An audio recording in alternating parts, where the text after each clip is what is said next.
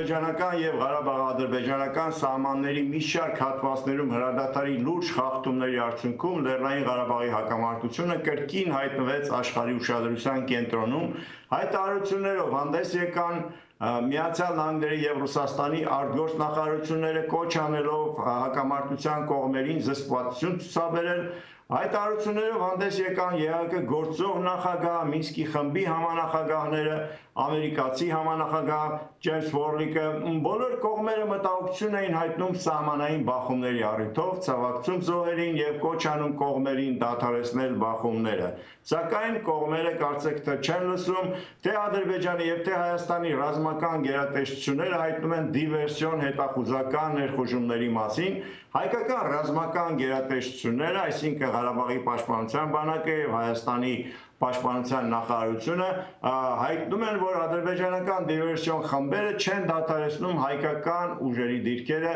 ներթափանցելու եւ դիվերսիոն գործողություններ իրականացնելու փորձերը։ Հիմա զոհերի մասին հայկական կողմը 4 զոհ է տվել, հուլիսի 31-ին զոհվել են Արարատ Խանոյանը եւ Աշոտ Ասոյանը, երկուսն էլ 20 տարեկան, օգոստոսի 2-ին հայտնեցի, որ նախորդ գիշեր զոհվել է ավագ լեյտենանտ Զորիկ Գևորգյանը, 25 տարեկան, այսօր արդեն հիվանդանոցում կրտսեր սերժանտ Սարգիս Մովսիսյանը, նա վիրավորվել էր, նա նույնպես 20 տարեկան է, կան նաև հայկական կողմում 2 վիրավոր։ Իսկ հա ադրբեջանական կողմում զոհերի թիվը շատ ավելի մեծ է, հայկական կողմը հայտնում է, որ զոհվել է առնվազն 25 ադրբեջանցի զինվոր, զինծառայող, իսկ ադրբեջանցիները ասում են օգոստոսի 1-ին զոհվել է 8 ադրբեջանցի զինվոր եւ օգոստոսի 2-ին 4 զինվոր։ Մարտերը տեղի են ունենում Տերտերի եւ Աղդամի ուղղությամբ, իսկ անցած գիշեր Ասկերան եւ Մարտակերտ ուղղություններով նույնպես ուրեմն տեղի ունեցան բախումներ, մարտեր եւ մեր թղթակիցը Հովհաննես Շողիկյանը գործուղվել էր շաբաթ օրը եւ կիրակի օրը Տավուշի մարզի Բերքաբեր, Մովսես եւ Չինարի գյուղեր եւ նա հնարավորություն է ունեցել անձամբ տեսնելու, հետևելու, թե ինչպիսին է վիճակը այնտեղ։ Մենք գիտենք, որ այս գյուղերը մշտապես գտնվում են հակառակորդի գնդակոծության տակ եւ գյուղացիները իսկապես ապրում են բավական վտանգավոր, դժվարին պայմաններում, հնարավոր չէ նույնիսկ գյուղատնտեսական աշխատանքներ կատարել գնդակոծության պատճառով եւ բերքը փաստորեն փչանում է։ Հիմա Հովհաննես, դու այդտեղ ես Երևանի ստուդիայում, Հովհաննես, ինչ կարող ես պատմել գյուղացիները, ինչ են ասում այս վերջին բախումների, այս ներխուժումների մասին։ Բարի երեկո հրայր, որքան էլ որ տարօրինակ է, թեպետ այդ գյուղերում կարծես թե հիմա վերջին շրջանում կարծես թե մշտապես կրակոցներ են հնչում, բայց գյուղացիների մտահոգությունը ավելի շատ կապված էր Լեռնային Ղարաբաղի այդ սահմանային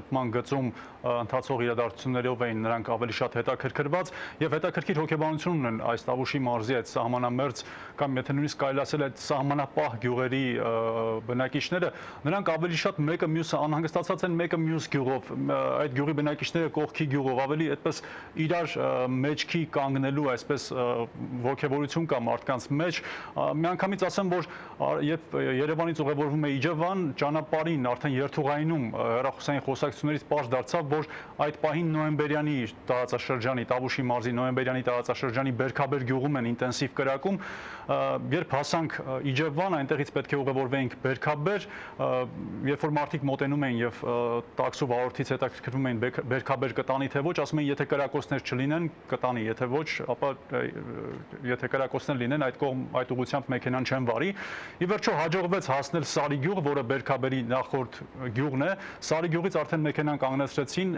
իմիջիայլոց ճանապարհին ոստիկանները Իջևանից դուրս գալուց զգուշացնում էին, որ Բերքաբերի ուղղությամբ մեքենաները չընթանան ապահովության անվտանգության տեսանկյունից ելնելով եւ Փաստորեն Բերքաբեր հասանք այն պահին, իջանք մեքենայից ու արդեն լսում էինք կրակոցները, քիչ հետո մենք այդ տեսաշարը կդիտենք, լսում ենք կրակոցներ, ինտենսիվ կրակոցներ, դրանք ոչ միայն ինքնաձիգի կրակոցներ էին, այլև տարբեր տրամաչափի զենքերից էին կրակում, տեղացիներն ասում էին, որ դեշեկայից, ԱԳՍ տեսակի զենքերից են կրակում, փորձեցինք իջնել գյուղ, իջանք այդուհանդերձ նեղ կածանով իջանք գյուղ, այդ Բերքաբեր գյուղը ուրեմն մի քանի 100 մետր է ադրբեջանական սահմանից այս կողմ, մեջտեղում ադրբեջանական գյուղից բաժանում է ադրբեջանական սահմանից ու ադրբեջանական գյուղից մեջտեղում բաժանված է Բերքաբերի ջրամբարը, Եվ տեղացիներն ասացին, որ վերևում մեզ ասացին, որ կրակում են գյուղի ուղղությամբ, սակայն երբ որ իջանք արդեն գյուղ, դա տևեց մոտ 15-20 րոպե այդ ոտքի ճանապարհը,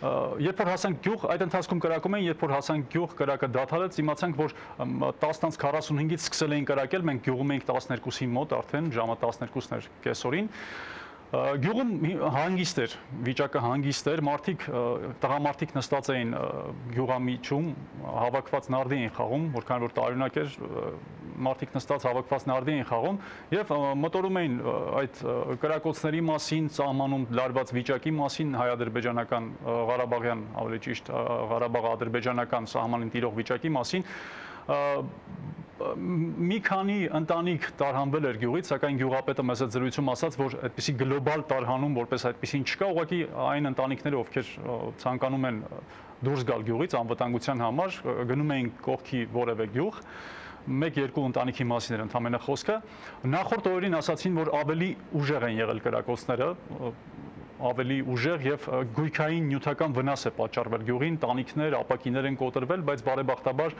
տուժածներ, զոհեր չկան, վիրավորներ չկան։ Նկատեցինք, որ Բերքաբերում նկատեցինք Իջևանի ոստիկանապետը եկավ այդ ժամանակ, երբ որ մենք այնտեղ էինք զրուցում էինք գյուղացիների հետ, եւ ասաց, որ շրջում է գյուղերով, փորձում է ոգևորել ժողովրդին, ասել, որ իրենք մենակ չեն, իրենց կողքին են։ Ամբողջ հույսը գյուղացիների բանակն է, հայկական զինված ուժերն են եւ նրանք հույս ունեն, որ իրենց մեջ կա ամուր է, բանակը այնտեղ կանգնած է եւ չեն էլ պատրաստվում լքել իրենց գյուղերը։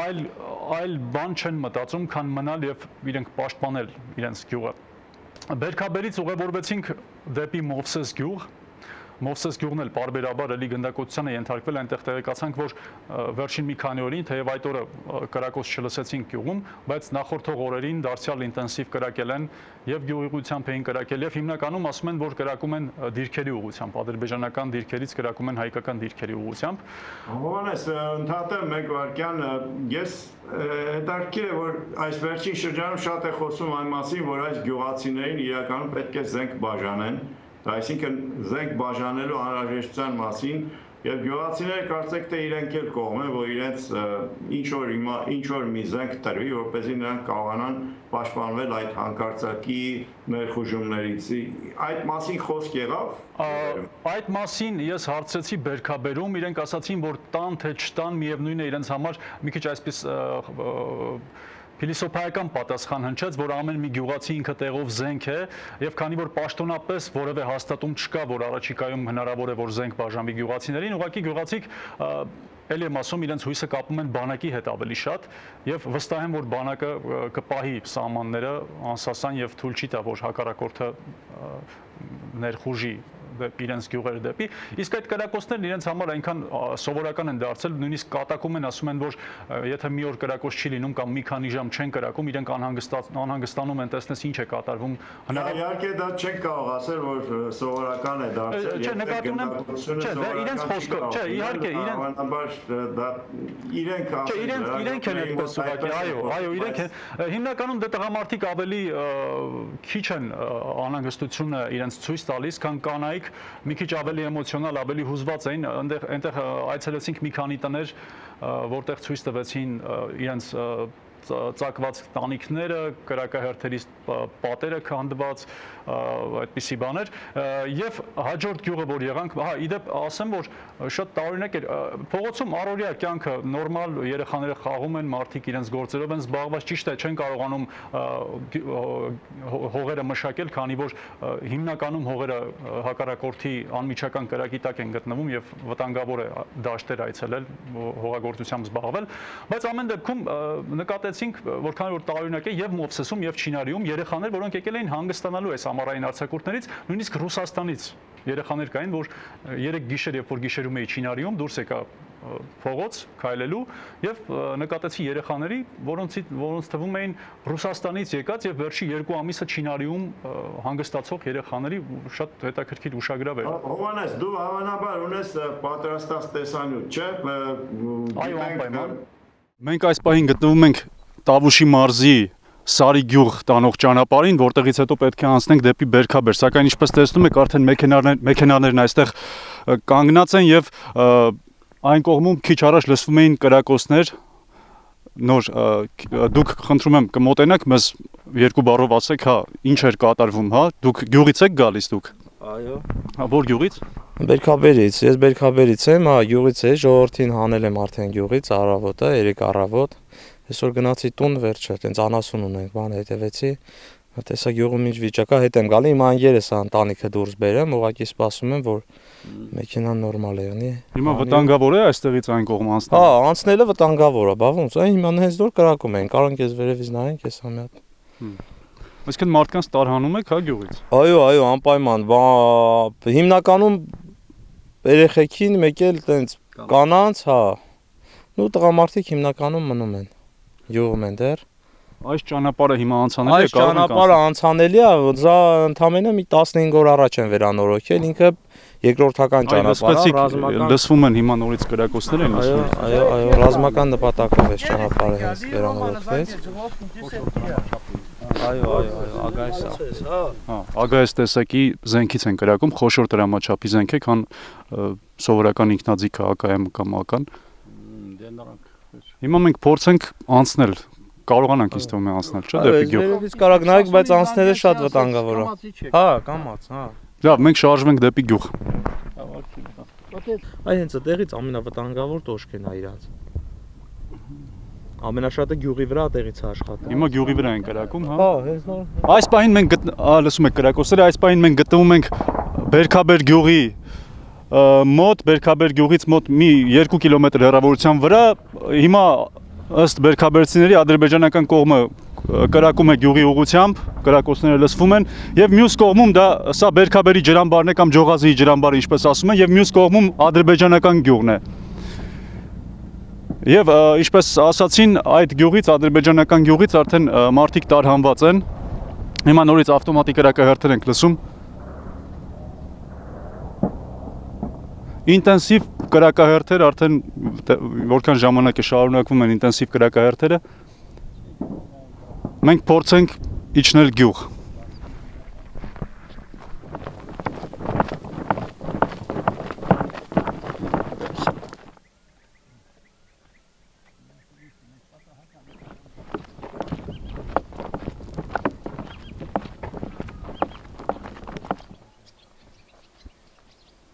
Մեր հալը շատ վատ է։ Ինչ անենք։ Էսա, վիճակը։ Այսօր երբ բանից են սկսել, որ ժամից էին կրակում։ Երևի 10:30-ից, բայց առավոտվա ժամը 6-ից այդ նոյեմբերյանի մոտերքն են կրակել ստեղը։ Նենց հետո ստեղ։ Ոնց կլինի մեր վիճակը չի։ Նա որտեղ եք պատասխանում, որ կրակում են։ Այսա հարևանի պատվալն է, այսա ներքևում։ Մտնում եք նկուղ, հա։ Նկուղ են մտնում ուտեղ թաքնվում։ Իսկ տներին կպել է։ Կպել է։ Երեք կպել է, այս ամեն տրիշին երեք տվել է։ Հրեցակած։ Երեք շարաչում։ Լավ կրակում։ Երեք։ Այլ երեք։ Երեք առավոտը ժամը 5-ին, այնա հենց այս տան վերևը կրիշը այնա ցակած կրակել, այնա ժողովուրդը գալիս են միակ էս որ ցեմենտ է, հենց այդտեղ են մենակ պարկ մնում, այդտեղ են մենակ։ Կարելի է նայել։ Հա, մտեք։ Հա, մտեք։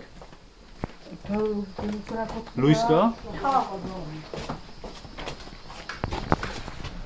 Այս այկերսին ստեղ էս այստեղ նստում ենք, մի կերպ անշարժ ստեղ այս այստեղ նստում են, մենակ էսա իբր ապահով, բայց էդ էլ չի ապահով, այնա կրիշին տվել։ Բերքաբեր գյուղապետ Մալացյան Արտուր։ Կամալացյան, որքան ժամանակ է որ sense ինտենսիվ կրակում են։ 5-րդ օրն է, որ կրակում են ինտենսիվ։ Ամենազոր կրակոցները եղել է երեք առավոտը։ Հենց գյուղի վրա են կրակում, թե դիրքերի։ Դիրքերի վրա են կրակում, գյուղի վրա են կրակում, տների վրա են կրակում, ճանապարհների վրա են կրակում։ Վնասվածքներ կան։ Վնասվածքներ կան, թակա վնասվածքներ կան, բարեբախտաբար զոհի վիրավորներ չունենք, չենք էլ ցանկանում որ ունենանք։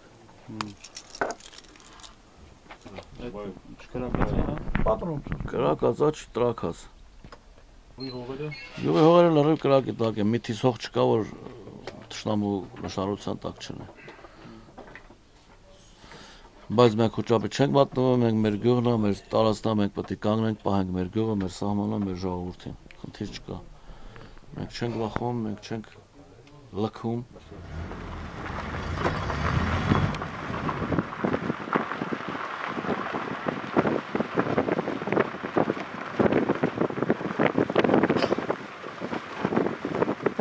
Որտեղից ես, ով անես։ Բանգլադեշից։ Բանգլադեշից։ Հա։ Բա ինչ ես եկել ստեղ։ Մնալու։ Բա չես վախենում կրակում են։ Չէ։ Պոստից կրակում են, բայց ես չեմ վախենում։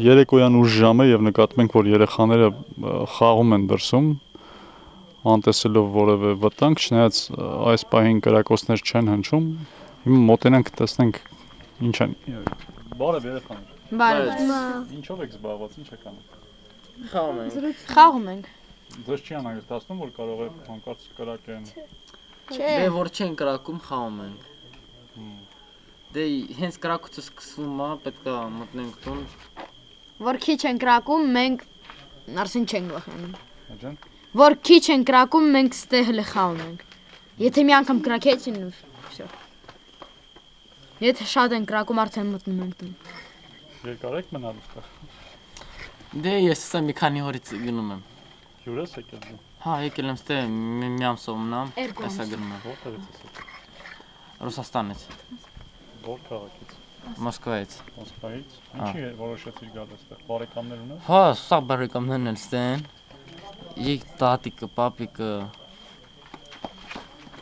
մորքուրները։ Չասացին, որ վտանգավոր է մի գնա։ Չէ։ Չեն ասել։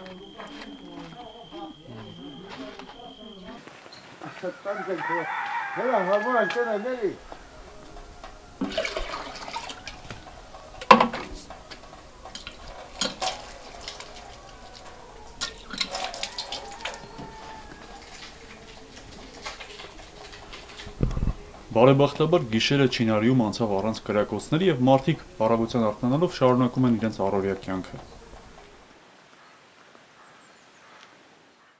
Իսկ Հովհաննես, ինչ ես կարծում, ինչ են ասում պատերազմի վերսկսման հավանականության մասին։ Այ գյուղացիների իմաստնությունը թերևս շատ կարևոր է այսօրին, հատկապես այն հայաստանցիները, ովքեր բնակվում են անմիջականորեն հենց հակառակորդի դիրքերի մոտ։ Գյուղացիները հիմնականում ասում են, որ Ադրբեջանը այդքան համարձակություն չի ունենա դիմելու լայնածավալ գործողությունների, հիմնականում այդպիսի կարծիք է տարածված գյուղացիների շրջանում եւ հերթական այդ կրակոցները, հերթական գնդակոծությունը վերագրում են Ադրբեջանում այդ ներքին, հա, քաղաքական խնդիրներին, իրենք էլ են այդպես կարծում, որ ինչպես այդպեսի տարածված կարծիք կա, որ դրանով Ադրբեջանը լուծում է իր ներքին հարցերը, ավելի շատ այդ կարծիքին են հակված գյուղացիները։ Լավ, շնորհակալություն Հովհաննես, շնորհակալություն։ Մենք հետևում ենք այս Ղարաբաղ-ադրբեջանական հակամարտության գոտում տեղի ունեցող զարգացումներին եւ մենք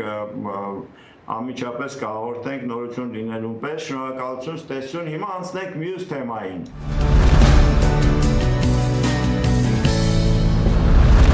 Միացյալ Նահանգները եւ Եվրամիությունը նոր պատժամիջոցներ սահմանեցին Ռուսաստանի նկատմամբ։ Շատերի համար այդ պատժամիջոցները իրենց խստությամբ եւ խորությամբ անակնկալ էին։ Հատկապես Եվրամիության դեպքում շատ փորձագետներ կարծում էին, թե եվրոպական բիզնեսը կորցնելու է շատ բան եւ ուստի Եվրոպան չի ընդարձակի պատժամիջոցները։ Սակայն Եվրամիությունը թվում է թե լրջորեն է տրամադրված եւ թվում է թե ցանկանում է, որ Ռուսաստանը զգա Ուկրաինայի անջատողականներին ռազմական աշակցություն ցույց տալու հետևանքները։ Արևմուտքը որոշել է այսպիսով պատժել Ռուսաստանին։ Ոլորտները, որոնց վրա տարածվում են այդ պատժամիջոցները, ընդարձակում են եւ այդ պատժամիջոցների թիրախ են դառնում այնպիսի հաստատություններ, որոնք իրենց տնտեսական գործունեությունն են ծավալում նախկին խորհրդային հանրապետություններում, այդ թվում նաեւ Հայաստանում։ Մեր դեպքում խոսքը ՎՏԲ բանկի, Ռոսնեֆտի, Գազպրոմ բանկի, Սբերբանկի մասին է,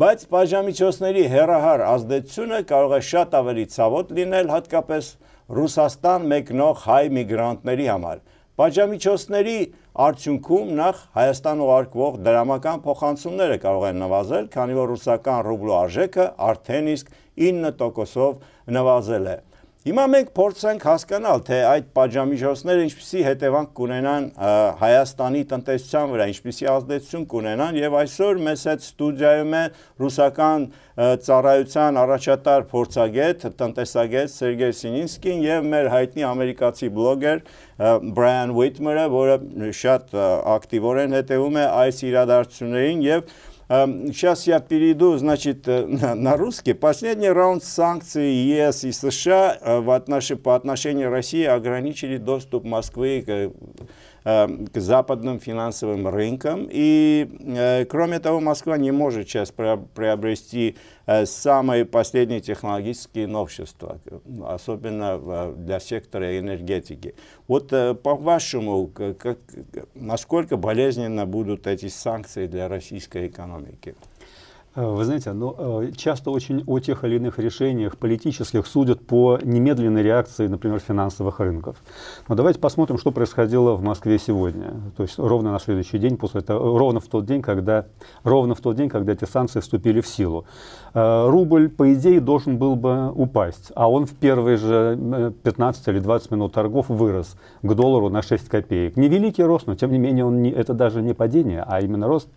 Акции, скажем, Сбербанка или ВТБ банка, которые должны были бы, по идее, упасть очень сильно, да, они упали, примерно на 1%. Для сравнения, накануне индекс Доу Джонса упал почти на 2% в Соединенных Штатах. Вот чтобы можно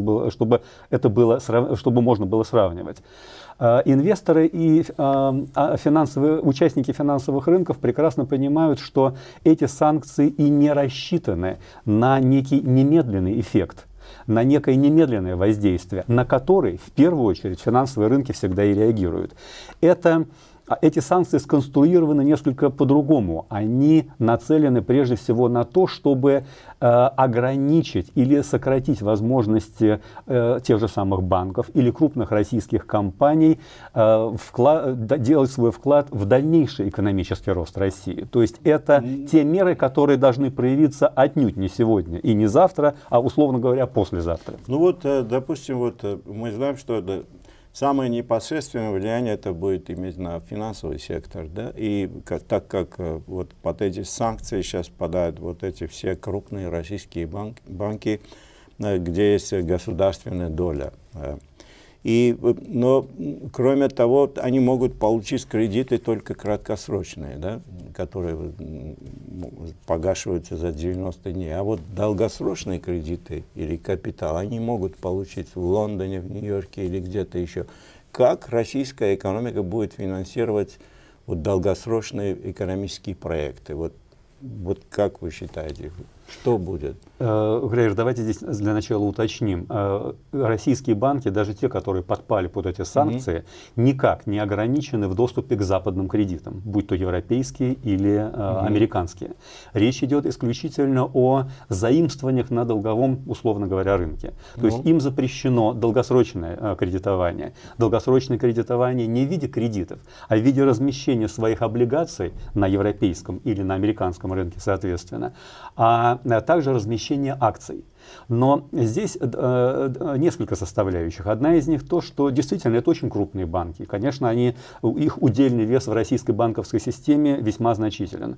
Но помимо них есть сотни других банков, частных, в отношении которых, на которые никакие санкции, ни американские, ни европейские, не распространяются. А теперь, если говорить даже об этих банках, которые подпали под эти санкции. Да, конечно, они привыкли в последние годы в достаточно больших объемах заимствовать эти деньги в Европе или в Соединенных Штатах. Это самые крупные в мире долговые рынки. Более того, это источники весьма дешевых денег. То есть эти банки имеют возможность привлечь эти деньги под очень низкий процент, если сравнивать с уровнем с текущими уровнями процентных ставок во многих других странах. Раз ты привлекаешь деньги под низкий процент, ты можешь эти деньги потом в виде кредитов выдавать тоже под относительно небольшой процент. И если у тебя теперь перекрывается доступ к этим дешевым кредитам, тебе придется искать новые источники финансирования, которые будут и для тебя дороже, а раз они для самого банка дороже, значит и эти деньги потом банк будет предоставлять своим заемщикам также под более высокий процент. Вот такого рода влияние, безусловно, будет. И оно проявится, но не сегодня-завтра, но, по крайней мере, через какое-то время. Конечно, отвечая на ваш вопрос, те же самые крупные банки попытаются занять определенные деньги, разместить облигации, да, или, может быть, даже акции какие-то свои продать в других регионах мира, в первую очередь в Азии. Но даже до всех этих санкций потенциальная емкость или объем долговых рынков в Азии, ну, просто несопоставим, не сравним с тем объемом, которыми характеризуются долговые рынки либо в Европе, либо в Соединенных Штатах. Ну вот, Брайан, давай, может быть, ты прокомментируешь вот политический аспект вот этих санкций. Да, я думаю, что, я считаю, что эти санкции чрезвычайно серьезные. Но я смотрю на более политическом контексте. Эти санкции поставят точку на 25-летней попытке интегрировать Россию в всемирной экономике, в западной экономике. И это будет ущерб на западной экономике, естественно, но не как в России. Западной экономики обойдется, западной экономики даже процветится. Вот. Грубо говоря, лондонские биржи может обойдется без российского капитала, но обойдется ли Россия без капитала лондонской биржи, это большой вопрос. Как говорил Сергей, вот эти китайские банки, да, но китайские банки основные государственные банки. А государственные банки не готовы делать какой-то риск, как частные банки. Это один. А второй, поскольку это государственный банк, Китай будет хотеть что-то для этого. Они будут хотеть, я не знаю, либо доступ на природные ресурсы России, например. Смотри на договор между «Газпромом» и Китаем, который мы обсуждали месяц назад на этой программе, и вы видите пример, как это будет для России торговаться с Китаем в этой ситуации, потому что они должны дать, это не будет просто бизнес, это будет политический. И китайский будет в сильном положении, а Россия в слабом. Поэтому я считаю, что эти санкции очень серьезные, это очень серьезный признак. Я не ожидал такой, я не знаю, если ты ожидал, я не ожидал такой сильный шаг от ЕС. От Соединенных Штатов это понятно, потому что они потеряют ничего. Но в Европе будет ущерб. Для Европы, да. Вот как раз вот об этом я хотел спросить. Вот не думаете, что вот ты, как экономист, вот вы не думаете, что вот эти санкции повредят европейские экономики? То есть по некоторым расчетам даже вот Европа может потерять где-то порядка 50 миллиардов долларов. Как вы считаете, вот реально ли вот такие убытки? Будет 50 миллиардов, 25 или там 100 миллиардов, это почитать довольно трудно, да. Хотя, конечно, какие-то подсчеты есть. Но мне кажется, что в первую очередь по двум направлениям можно говорить о том, каким образом это может негативно повлиять на, собственно, европейскую экономику. Во-первых, вся та неопределенность, которая существует и которая только обострилась в результате введения санкций, она проявится на рынках энергоносителей. Что такое для Европы российские энергоносители, особенно говорить не нужно. Да? Это примерно 33% всего импорта нефти Европы из-за пределов Европейского Союза, то есть если не считать добычу в Северном море, да, и не считать то есть внутреннюю добычу европейскую. И в прошлом году это было 39% всего импорта газа. Поэтому даже сама неопределенность дополнительная может обернуться тем, что рыночные текущие цены на энергоносители в Европе, безусловно, как минимум снижаться не будут. Это один фактор. Ну а чем дороже становятся энергоносители, так как любая цена энергоносителей всегда является составной частью себестоимости, а значит конечной цены любого продукта или любой услуги. Это это одно направление влияния. И второе направление – это непосредственно, которое исходит из России. Если Европа ограничивает доступ европейских крупных компаний и крупных банков к собственному финансовому рынку. Если вводятся некие дополнительные другие санкции, это значит, что которые, безусловно, отразятся на экономическом росте в самой России. Безусловно, это все прекрасно понимают. Пусть не сегодня, но условно завтра или послезавтра.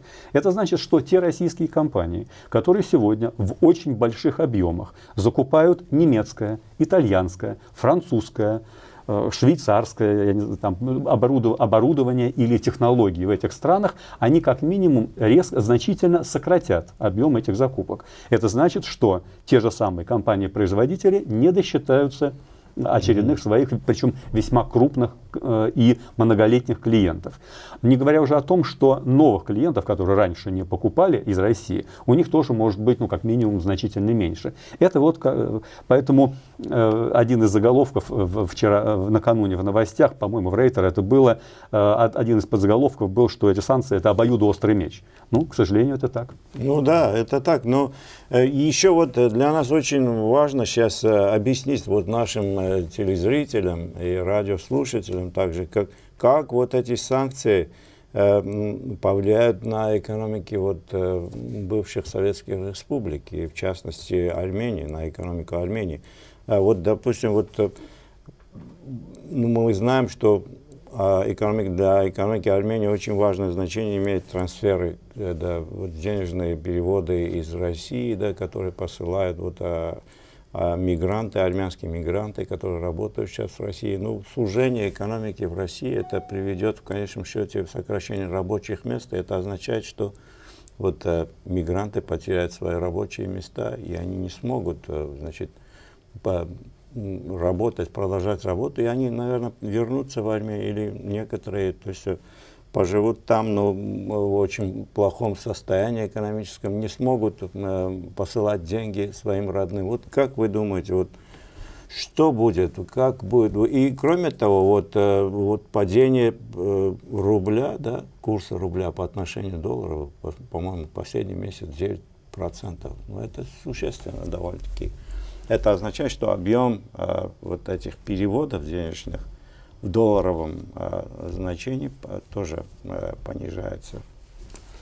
Как вы думаете? Вы знаете, здесь, наверное, и да, и нет. Скорее всего, какого-то моментального влияния на процесс, о которых вы говорите, эти санкции не окажут. Точно так же, как никакого моментального влияния в целом на российскую экономику. Мы говорим не моментально, а в перспективе. Но здесь главная проблема, как мне представляется, в том, что те проекты, которые уже осуществляются в России и под которые, например, уже были привлечены банковские кредиты, их будут продолжать. Но, условно говоря, если некое предприятие, будь то в Москве, в Санкт-Петербурге или в каком-то другом российском городе, где могут работать граждане других стран, условно, предполагали построить 5 новых цехов. 2 новых построили. А теперь, когда перекрывается, не то, что даже перекрывается финансирование, нет, а когда финансирование ужесточается, когда условия получения новых кредитов от российских банков становятся жестче. То есть банки готовы будут давать только под более высокий процент, платежи по которым эти заемщики могут не потянуть. Условно говоря, они могут, построив 2 цеха, отказаться, по крайней мере, или отложить строительство 3, 4 и 5. В этом смысле, безусловно, на некое сокращение рабочих мест, безусловно, может произойти. Но, как правило, компании в условиях ужесточения экономической ситуации в первую очередь начинают экономить на собственных инвестиционных программах. Это то самое строительство новое, это расширение собственного производства, это привлечение или покупка нового предприятия какого-то, чтобы за счет него увеличить собственные выпуски еще больше. на зарплатах, как правило, экономят в последнюю очередь. То есть на зарплатах, включая увольнение персонала, естественно. Как правило, экономят в последнюю очередь. Но если условия ужесточатся до такой степени, что это будет необходимо, да, тогда, к сожалению, это произойдет. Но в данном случае это не важно, какие граждане какой именно страны работают на этом предприятии. Интересно еще вот другой аспект вот этих санкций, влияние этих санкций в данном случае на экономику Армении. Вот посольство США в Армении предупредил армянское правительство вчера, буквально значит, в четверг, что местные бизнес-структуры о возможных рисках, которые могут возникнуть при сотрудничестве с российскими компаниями и физическими лицами, попавшими в санкционный список Соединенных Штатов из-за украинского кризиса. Вот представляете, вот такое, значит, предупреждение. И последовало после этого и заявление российского посольства, что посольство США не имеет права вмешиваться, значит, в внутренние дела, и они сейчас воюют. Но вот главная опасность. Но я думаю, что Соединенные Штаты, они обязаны были предупредить вот бизнесом, да, что вот у вас есть риск, значит, определенный риск иметь бизнес вот с этими компаниями. Вот, давай начнем с тебя, Брайан. Ну, это Сергей прекрасно объяснял все подробности экономики, но я думаю, что самый главный эффект этой санкции, это будет психологический. Это будет психологически. Как я сказал неделю назад на этой программе, вот Путин перешел черту локарби. Вот. Это значит, что Россия стал изгой государства в глазах многих в Западе. Или паханат, как говорил один аналитик, вот, государство паханат. А кто хочет иметь дело с такой государством? Делает бизнес с такой государством, это имеет риск, это опасно. И поэтому это психологический эффект будет влиять на это. И, как я сказал, особенно Армения в очень тяжелом положении сейчас. Потому что Азербайджан может обойти это из-за своего богатства и энергетики. Да. Грузия, это поезд уже ушел. Вот, но Армения один. И вот это очень опасное положение, потому что Россия будет давить на вас, с одной стороны, Соединенные Штаты будут предупреждать вас. Вот. И, ну, как вы будете обойти эту ситуацию, я правда не знаю. Но это психологический эффект этих санкций. В Западе будет прекрасный. Запад прекрасно жил при холодной войне, вот, без российского капитала и так далее. Поэтому я не волнуюсь, как будут живут люди в Германии. И последний выпуск журнала Der Spiegel, я читал очень интересные вещи. Вот был опрос немцев. А 52% хочет очень жесткие санкции, даже если это будет полезно для немецкой экономики, даже если они будут потерять рабочих мест. Немецкий бизнес-класс, который раньше был против санкций, сейчас менял свои позиции. Они понимают, как это важно. Это, что я сказал, это трагедия с Боинг. Путин перешел это черту локарби. Вот. И сейчас он в другом месте, в другом положении, чем он был до этого. Поэтому психологический эффект этой санкции будет огромный. Брайан, вот ты думаешь, что вот эти санкции в долгосрочном, значит, значении, они направлены против режима Путина? Вот что, или как ты думаешь, как Путин может выйти из этого положения? В этой неделе был несколько интересных знаков, которые я писал об этом на свой блог. Вот. Андрей Колесников, это журналист в России, который очень ближе к Путину. Вот, это как почти уполномоченный журналист Путина, можно говорить. Вот, и он писал, и что он пишет, это часто это сообщение от Кремля на широкой элите. Он пишет в газете «Коммерсант», и он писал чрезвычайно интересный колонку вот, последней неделе. Он писал, если вдруг мы знаем, что это сепаратисты на самом деле избили этот самолет, Путин будет отстать от них, потому что это грех не может быть на его душе. Но это точно я не верю, что это правда, но это просто, это было интересно как знак, какое сообщение Кремль дал. Это была попытка говорить, что мы меняем курс, я не знаю. Я не знаю. Но это есть знаки, что Кремль ищет выход от этой ситуации. Но я не знаю, во сколько это правда или нет, потому что я смотрел на Путина много времени. Я работал корреспондентом в Петербурге в 90-х годах, когда Путин был вице-мэр тогда.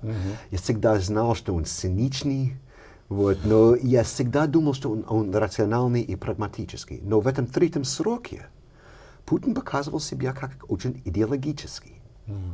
Это мы не видели. Может, идеология это то, что сейчас нужно России? Если Путин это прагматический человек, который я раньше думал, я всегда думал, что он циничный, но прагматический, рациональный. Но если он стал идеологический, это очень опасная ситуация, потому что идеологический человек никогда не будет идти на компромисс, не будет идти в выход из этой ситуации, он будет на этой курсе и... Ну вот сейчас эксперты думают, что вот он не готов пойти много на компромиссы, он сейчас продолжит поддерживать, значит, сепаратистов на Украине. И, то есть ничего хорошего пока что не видно, высвечивается. Вот как ты думаешь, вот глобальная экономика может выдержать без российской, значит, экономики? Здесь, опять же, надо разделять, есть одна часть и есть другая часть. Вот то, о чем говорил Брайан, скажем, лондонские финансовые рынки, ну, они заметят это, конечно, ощутят, но переживут, безусловно, потому что объемы там такие колоссальные, что, в общем, другое дело, когда речь идет о текущих поставках российских энергоносителей на мировой рынок. А вот без этого можно? Европа сможет без этого? Нет. Именно поэтому сейчас, по крайней мере, в обозримом будущем, безусловно, нет. Именно поэтому, понимая это прекрасно, санкции, будь то американские, будь то европейские, никоим образом не затрагивают текущие поставки, текущую добычу полезных ископаемых в России, например, текущую добычу нефти и газа в России, они не затрагивают никак. Я специально говорил об этом с экспертами по нефтегазовой отрасли. Они все обращают внимание на то, что речь идет прежде всего об ограничении доступа к технологиям или к оборудованию западному в отношении тех проектов, которые для России являются проектами будущего. Если мы посмотрим тот документ, который был обнародован накануне Европейской комиссии, там 3 направления. Это разведка и бурение на глубоководное, это разведка и бурение на арктическом шельфе, и третий момент – это месторождение сланцевой нефти в самой России. Я специально интересовался. На данный момент в общем объеме добычи нефти России, обратим внимание, что санкции газовую отрасль России не затрагивают вообще никак. Вообще никак. Газодобыча в России не упоминается ни в одном тексте, ни в американских, ни тем более в европейских. Речь идет только о нефтедобыче. Но тем не менее, вот эти 3 отрасли, в отношении которых вводится прямой запрет. Сколько это в данный момент в общем объеме добычи нефти в России? Меньше 0,5%.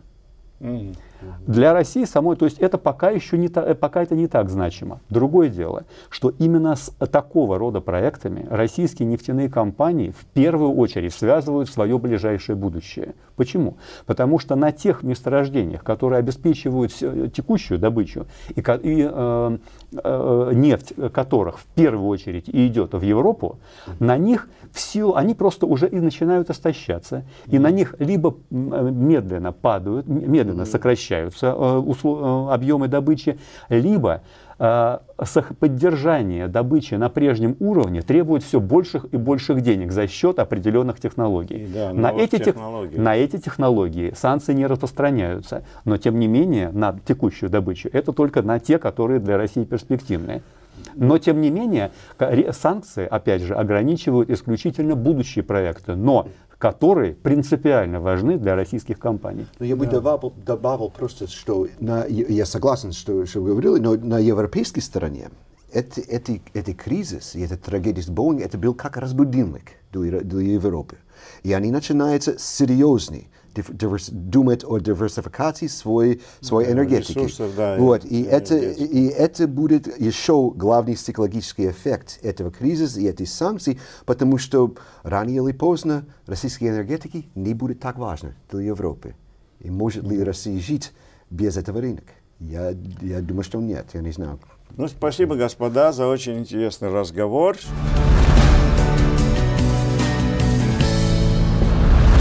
Հիմա տեղափոխվենք Բրյուսել եւ զրուցենք Գենտ համալսարանի փորձագետ Հրանտ Կոստանյանի հետ։ Պարոն Կոստանյանը եվրոպական հարցերի մեծ գիտակ է եւ նա հիմա մեզ կփորձի հասկանալ, թե ընդհանրապես սա ինչպես կանդրադառնա եվրոպական այս սանկցիաները Հայաստանի ապագա տնտեսական ծրագրերի վրա, մասնավորապես արդյոք Եվրասիական այս տնտեսական միությունը կկայանա, արդյոք Հայաստանը կշարունակի իր անդամակցության այդ ձգտումը, թե կդադարեցնի, կկասեցնի այն, եւ ընդհանրապես արդյոք կարողանա Ռուսաստանը այս պատժամիջոցների պայմաններում շարունակել այդ հսկա նախագիծը։ Հիմա տեղափոխվենք Բրյուսել։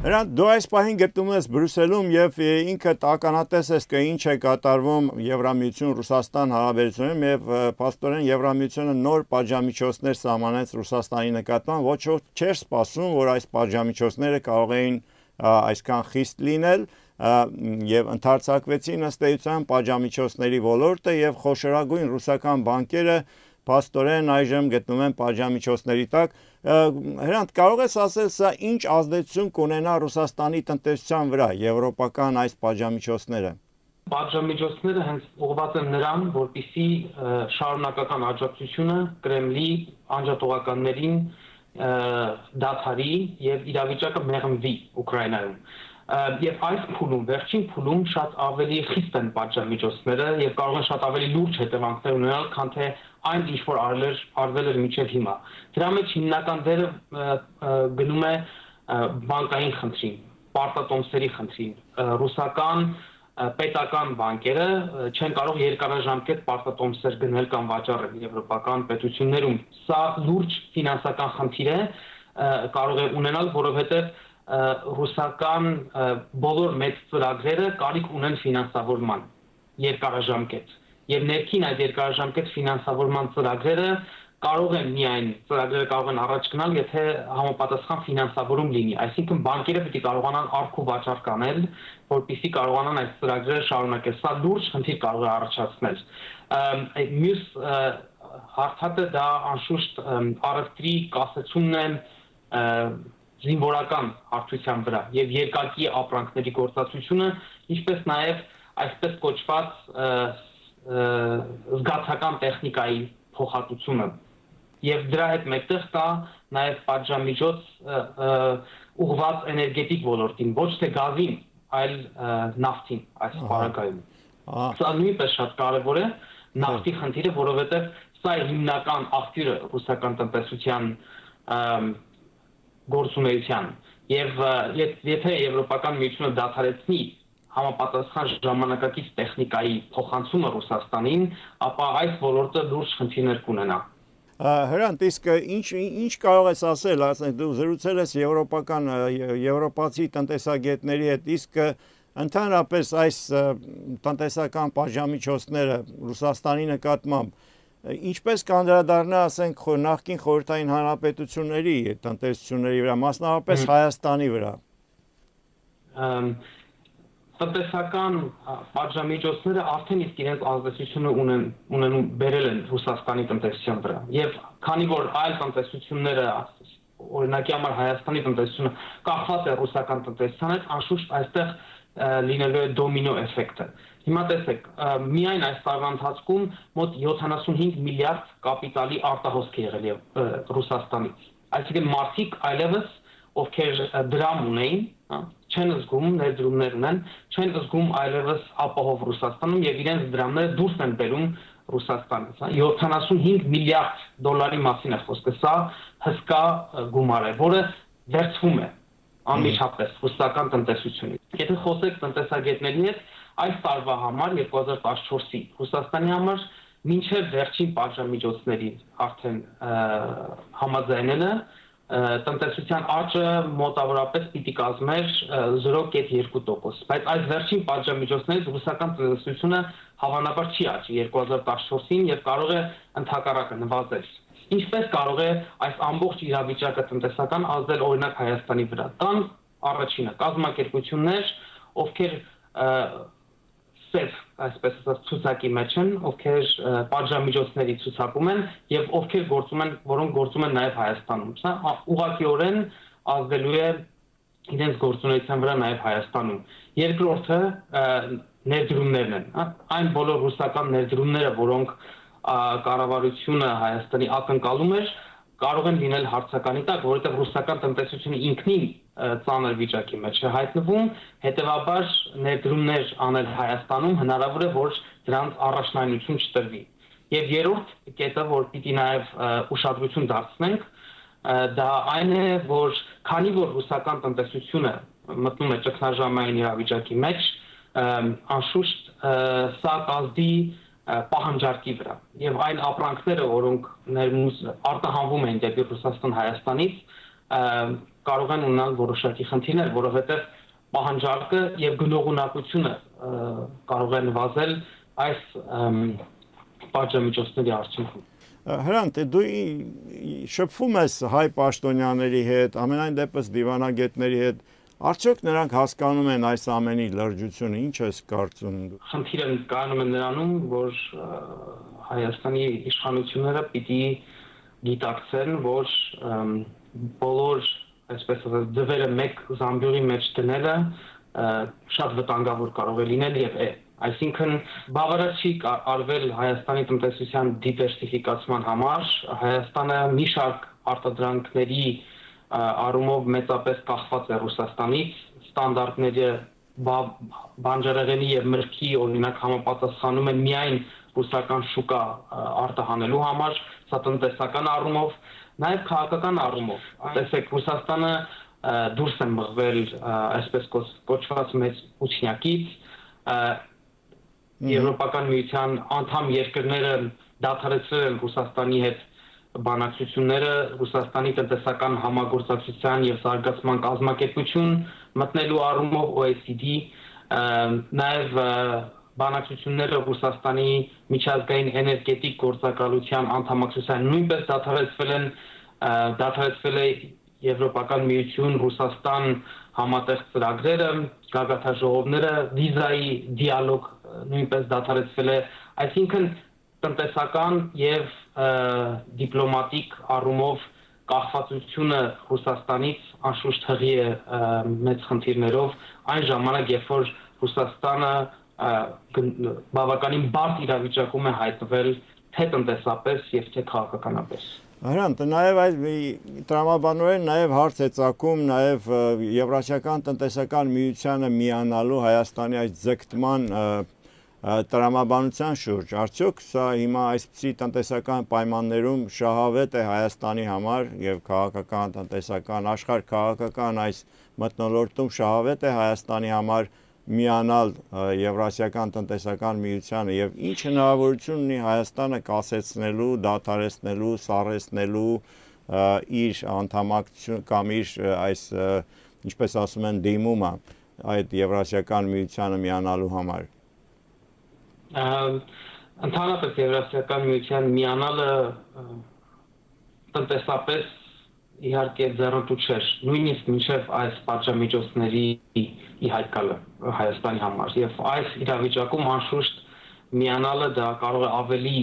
վտանգավոր եւ վնասակար լինել, կարող է եւ կլինի ավելի վնասակար Հայաստանի տնտեսության համար։ Միանալով մի օղակի, որի հիմնական անդամը գտնվում է տնտեսական պատժամիջոցների մեջ։ Հրանտ, մենք հիմա գիտենք, որ Հայաստանի տնտեսությունը իսկապես ծանր վիճակում է եւ հիմա ամենագլխավոր տնտեսական գործընկերը դաշնակիցը նույնպես մի լավ վիճակում չէ եւ սպասվում է նույնիսկ տնտեսական անկում այնտեղ։ Այս պայմաններում ինչ կարելի անել ի վերջո, ինչ հնարավորություններ կան, արդյոք հնարավոր է, որ Հայաստանը նորից վերականգնի իր ասենք թե բանակցությունները վերսկսի իր բանակցությունները Եվրամիության հետ գուցե վերսկսելու այդ եվրոինտեգրման գործընթացը։ Կարծում եմ, որ մեկ հնարավորությունը կլինի այն, որ Հայաստանը ոչ թե ձգտի անդամակցելու Եվրասիական այդ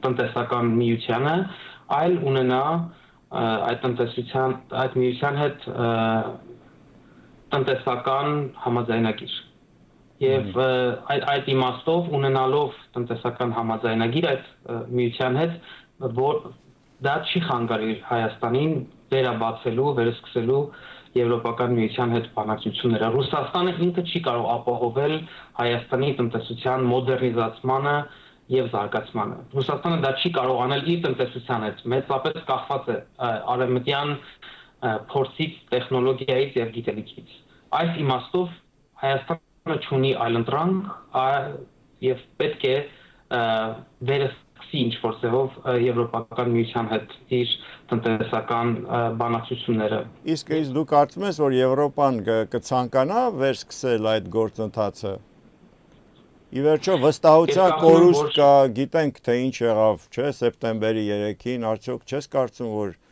Եվրոպան այնքան էլ պատրաստ չի լինի, ինչ հնարավորություն ես տեսնում այդտեղ հրանտ։ Միանգամայն ճիշտ է գրել, որ գոյություն ունի վստահության կորուստ, բայց միևնույն ժամանակ, եթե Հայաստանի իշխանությունները կարողանան տրամադրել բավարար երաշխիքներ, որ այն ինչ որ եղավ չի կրկնվի եւ պիտի լինեն թանձրացական երաշխիքներ այդ առումով։ Կարծում եմ, որ այս գործընթացը հնարավոր կլինի վերաբացել։ Սա իմ կարծիքն է, բայց սա չի վերաբացվի ինքն իրեն, այլ կարծում եմ, որ որոշակի երաշխիքների կարիք կլինի։ Շատ շնորհակալություն Հրանտ, հստակություն։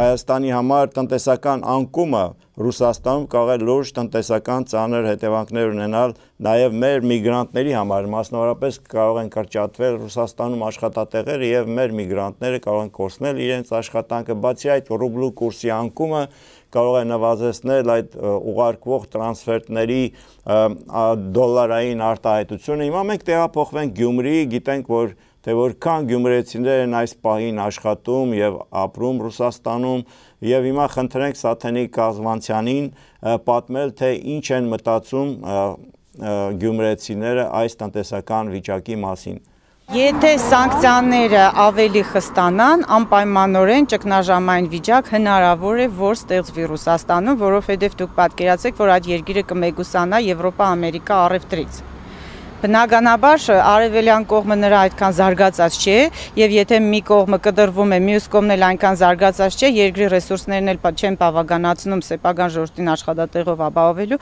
բնականաբար մեր միգրանտները կունենան խնդիր։ Այստեղ արդեն շատ ցավոտ կլինի Հայաստանի համար, որով մանավանդ Գյումրու համար, որտեղ գործազրկությունը տարբեր թվեր են արձածվում 37%-ից 47%, եւ պատկերացրեք, եթե մինչեւ այժմ 47% գործազրկություն է եղել Գյումրիում, միգրանտները եթե չկարողացան դրսում աշխատել, ուրեմն այդ տոկոսը կարող է նաեւ ավելանալ մինչեւ հասնել 50-55%-ի։ Սա իհարկե ոչ մի լավ հետևանք մեր համար չի կարող ունենալ։ Գալիս են մարդիկ, որոնք չունեն աշխատատեղեր եւ իրենք որևէ զբաղվածություն չեն կարողանում ապահովել, ընդամենը իրենք գալիս համալրում են գործազուրկների շարքը։ Սա նշանակում է նախ եւ առաջ կրճատվում է ուրեմն եկամուտների հոսքը դրսից եւ երկրորդ գործազուրկների շարքն է համալրվում։ Նորից միտումը գնում է այն, որ այդ եկողները ամեն ինչ անում են, որպեսզի հետ գնան Ռուսաստան։ Աղքատության, գործազրկության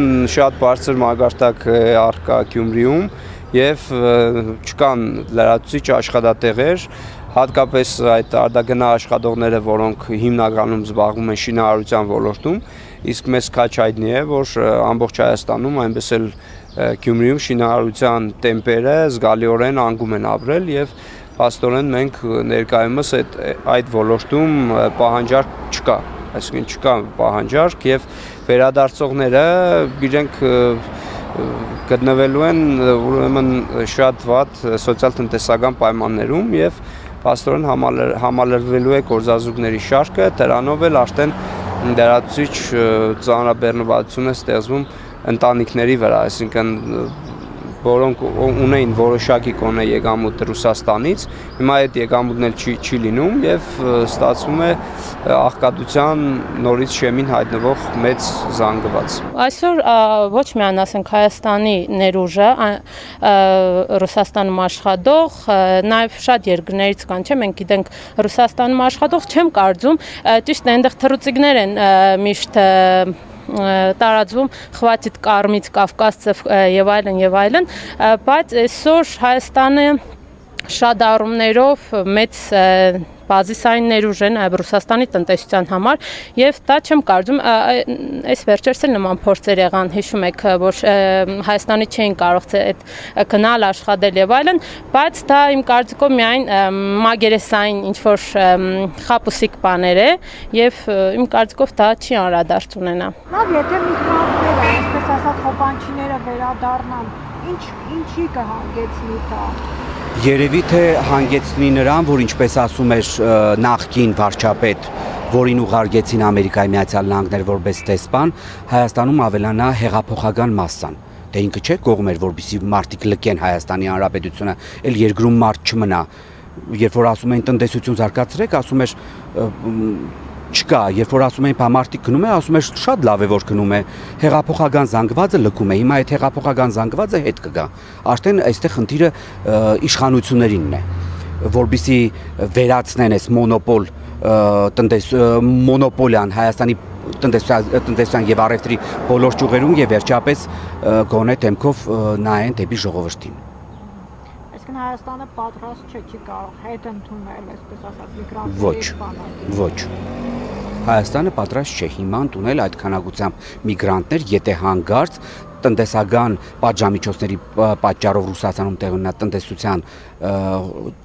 տնտեսական ճգնաժամ եւ նրանք ստիպված լինեն հետ վերադառնալ Հայաստանի Հանրապետություն։ Տնտեսական լուրջ խնդիրներ կարող ենք ունենալ, երևի թե իմ կարծիքով, սա իմ սուբյեկտիվ կարծիքն է, հնարավոր է որ մեկ դրական լուծում լինի այդ բոլոր իրողություններում, դեմոգրաֆիական վիճակը մի քիչ բարելավի, որովհետեւ եթե ամուսինները լինեն իրենց կանանց կողքին, հնարավոր է ծնելիության աճ ունենանք։ Մեկ դրական տեղը։ Ես հուսով եմ, որ գոնե այդ մի դրական տեղը կարող է լինի։ Այսպիսով ավարտեցինք Կիրակնուրա վերլուծականը, ձեզ հետ Հրայր Թամրազյանն էր, ցտեսություն։